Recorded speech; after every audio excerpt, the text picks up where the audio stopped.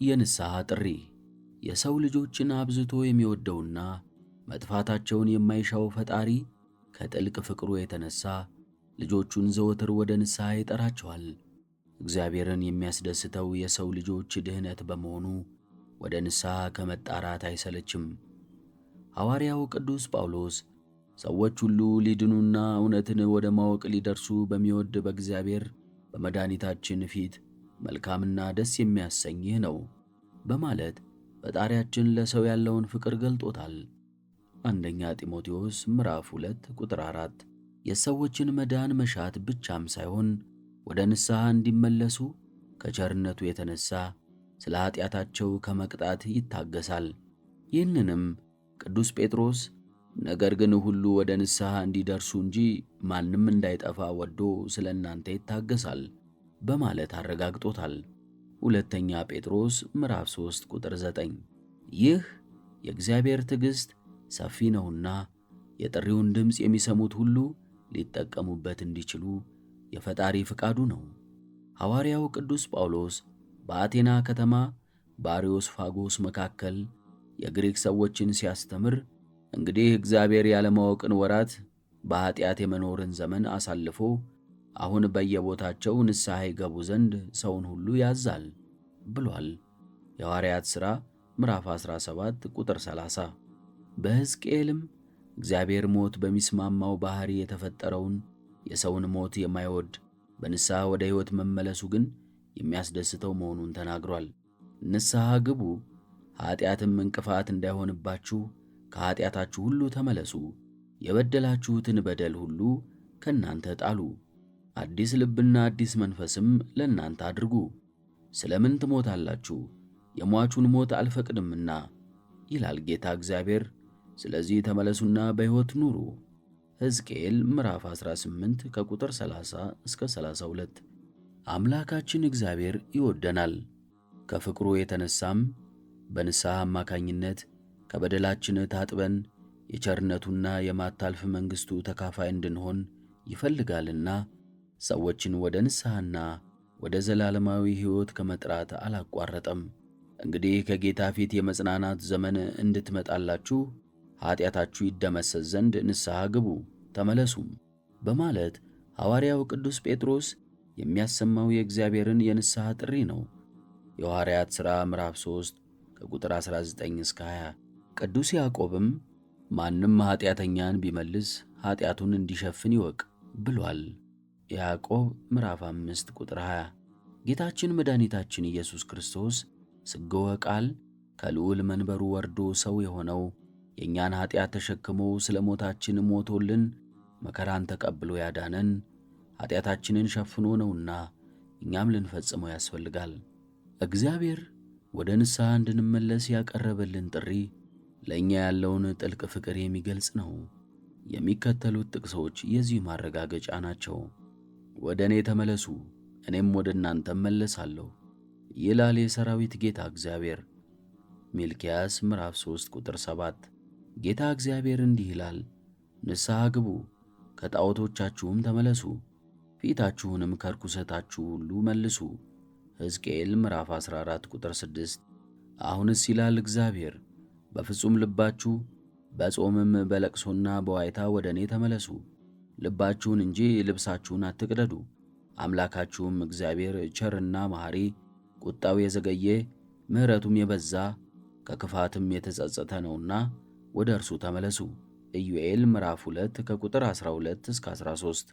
እግዚአብሔር የሚያቀርብልንን የንስሐ ጥሪ አድምጠን ወደ እርሱ ብንመለስ ኀጢአትን ትተን ንስሐ ብንገባ ከኀጢአታችን ሊያጥበን ሊያነጻን ፈቃዱ መሆኑን በቃል ኪዳን አጽንቶታል። ለምሳሌም የሚከተሉትን መጥቀስ ይቻላል። የታጠቡ ሰውነታችሁንም አንጹ፣ የሥራችሁን ክፋት ከዐይኔ ፊት አስወግዱ፣ ክፉ ማድረግን ተዉ፣ መልካም መሥራትን ተማሩ። ኀጢአታችሁ እንዳለላ ብትሆን እንደ አመዳይ ትነጣለች፣ እንደ ደምም ብትቀላ እንደ ባዘቶ ትጠራለች። ኢሳይያስ ምዕራፍ 1 ከቁጥር 16 እስከ 18።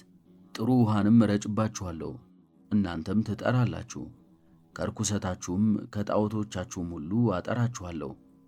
አዲስም ልብ እሰጣችኋለሁ፣ አዲስም መንፈስ በውስጣችሁ አኖራለሁ። ሕዝቅኤል ምዕራፍ 36 ከቁጥር 25 እስከ 26።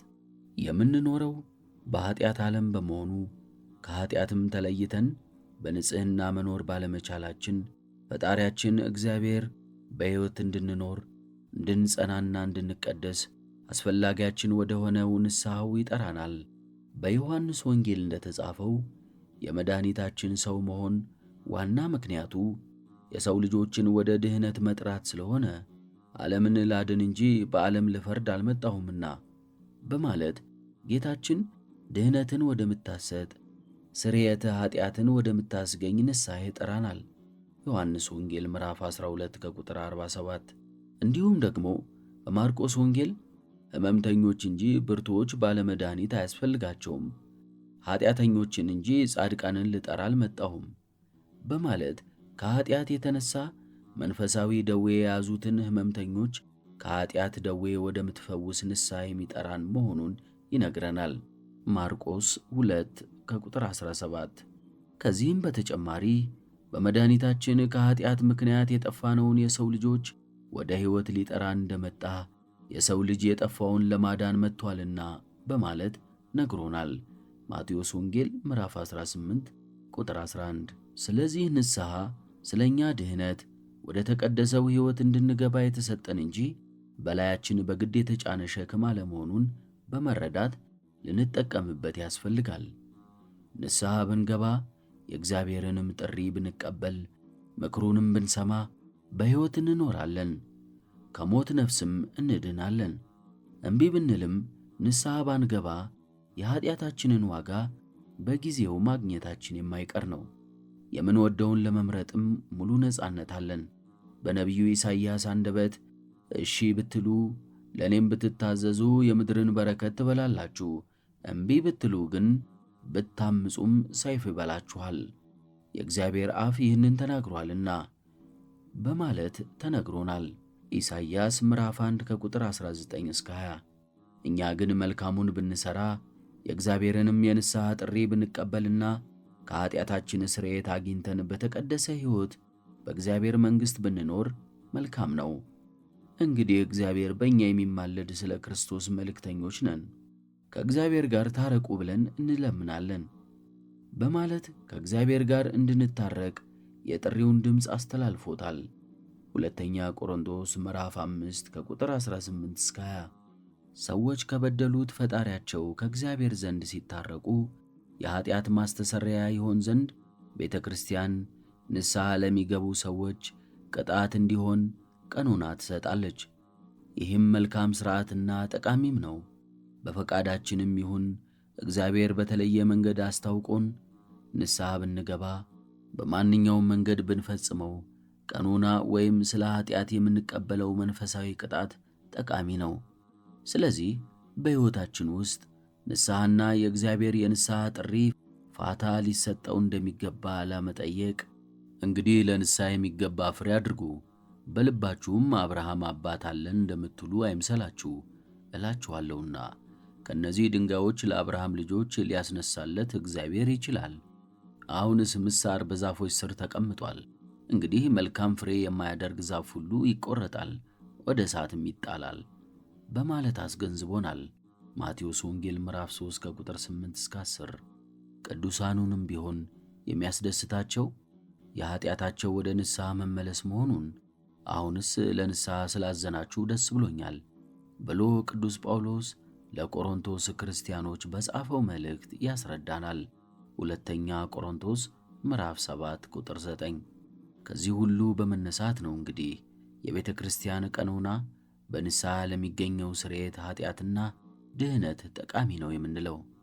በአጠቃላይ የንስሐ ጥሪ በቅዱስ መጽሐፍ ውስጥ ዋነኛውን ስፍራ ይዞ ይገኛል። የአዲስ ኪዳን መግቢያ የንስሐ ጥሪ ነው። ጻያሄ ፍኖት መጥምቀ መለኮትና ነቢይ ልዑል የተባለው ቅዱስ ዮሐንስ የስብከቱ መጀመሪያ ያደረገው መንግሥተ ሰማያት ቀርባለችና ንስሐ ግቡ የሚለውን የንስሐ ጥሪ ድምፅ ነው። ዮሐንስ ወንጌል ምዕራፍ 3 ቁጥር 2።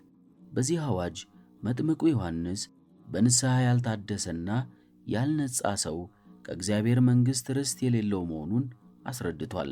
እኔስ ለንስሐ በውሃ አጠምቃችኋለሁ። ጫማውን እሸከም ዘንድ የማይገባኝ ከእኔ በኋላ የሚመጣው ግን ከእኔ ይልቅ ይበረታል። እርሱ በመንፈስ ቅዱስ በእሳትም ያጠምቃችኋል እያለ የንስሐ ጥምቀትን አጥምቋል። መድኃኒታችን ኢየሱስ ክርስቶስም ስብከቱን የጀመረው በንስሐ ጥሪ ነው። ከዚያ ዘመን ጀምሮ ኢየሱስ መንግሥተ ሰማይ ቀርባለችና ንስሐ ግቡ እያለ ይሰብክ ጀመር ተብሎ ተጽፏል። የማቴዎስ ወንጌል ምዕራፍ 4 ከቁጥር 17። በማርቆስም ኢየሱስ የእግዚአብሔርን መንግሥት ወንጌል እየሰበከና ዘመኑ ተፈጸመ፣ የእግዚአብሔርም መንግሥት ቀርባለች፣ ንስሐ ግቡ፣ በወንጌልም እመኑ እያለ ወደ ገሊላ መጣ ይላል ማርቆስ ምዕራፍ 1 ቁጥር 15። ቅዱሳን ሐዋርያትም ደግሞ የንስሐ ጥሪ እንዳስተላለፉ መጽሐፍ ይነግረናል። መጥተውም ንስሐ እንዲገቡ ሰበኩ። ማርቆስ ወንጌል ምዕራፍ 6 ቁጥር 12። የመጀመሪያው የንስሐ ሰባኪ ኖህ ነው። በኋላ ግን ብዙ ነቢያት መስለውታል። ለምሳሌ በኢሳይያስ ምዕራፍ 1 ቁጥር 2፣ በሕዝቅኤል ምዕራፍ 18፣ በዮናስ ምዕራፍ 3፣ በኢዩኤል ምዕራፍ 2፣ በኤርምያስ ምዕራፍ 31 የምናነበው ነቢያተ እግዚአብሔር ያስተጋቡትን የንስሐ ጥሪ ነው።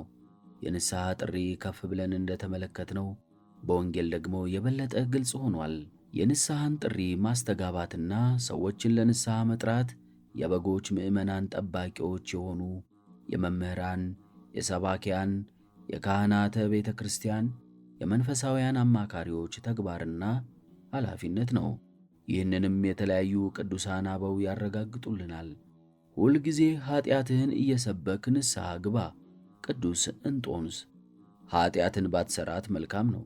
ኀጢአት ከሠራ ሳትቆይ ንስሐ ብትገባ መልካም ነው።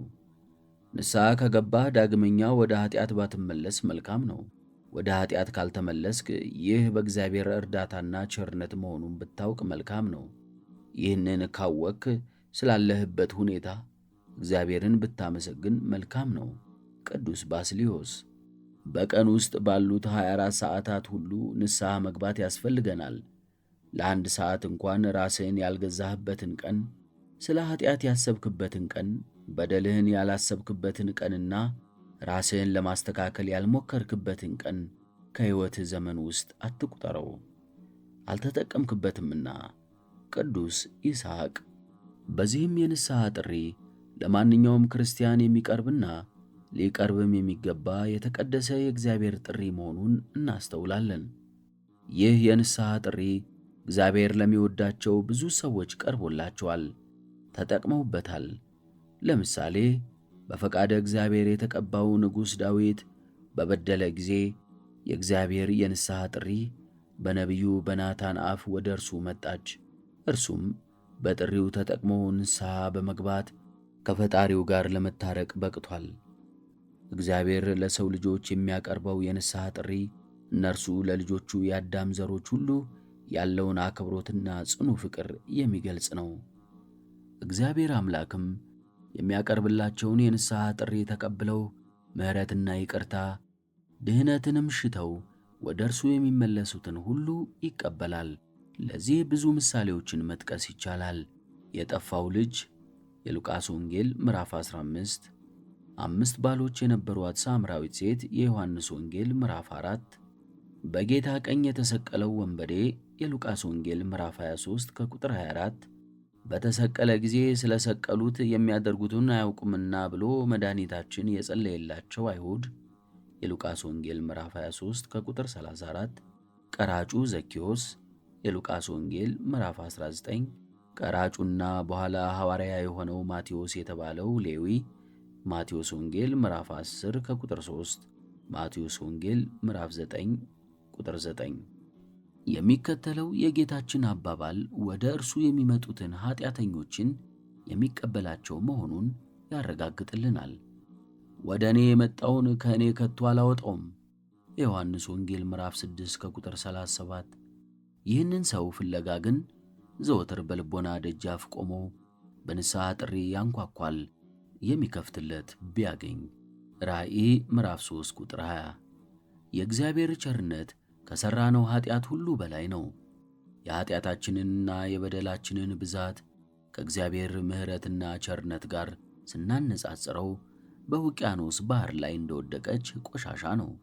ትንሿ ቆሻሻ ውቅያኖስን እንደማታደፈርሰውና የውቅያኖሱ ባህር እርሷን ከአሟሟት በኋላ ንጹሕ እንደሚሆን ሁሉ እግዚአብሔርም እኛ የምንሠራውን ኀጢአት ሁሉ ሳይቆጥር በቸርነቱ የሚቀበለን እርሱ በምሕረቱ ያድነናል። ከብዙ ኀጢአታችን በኋላ በንስሐ ወደ እርሱ መመለሳችንን መቀበሉ ለሰው ልጆች ያለውን ፍቅር የሚያመለክት ነው። ስለዚህ የኀጢአታችንን ብዛትና የኀጢአታችንን ክብደት ኀጢአታችንን ለማንጻት ለድኅነተ ዓለም ከፈሰሰው የክርስቶስ ደም በላይ አድርገን መመልከት የለብንም።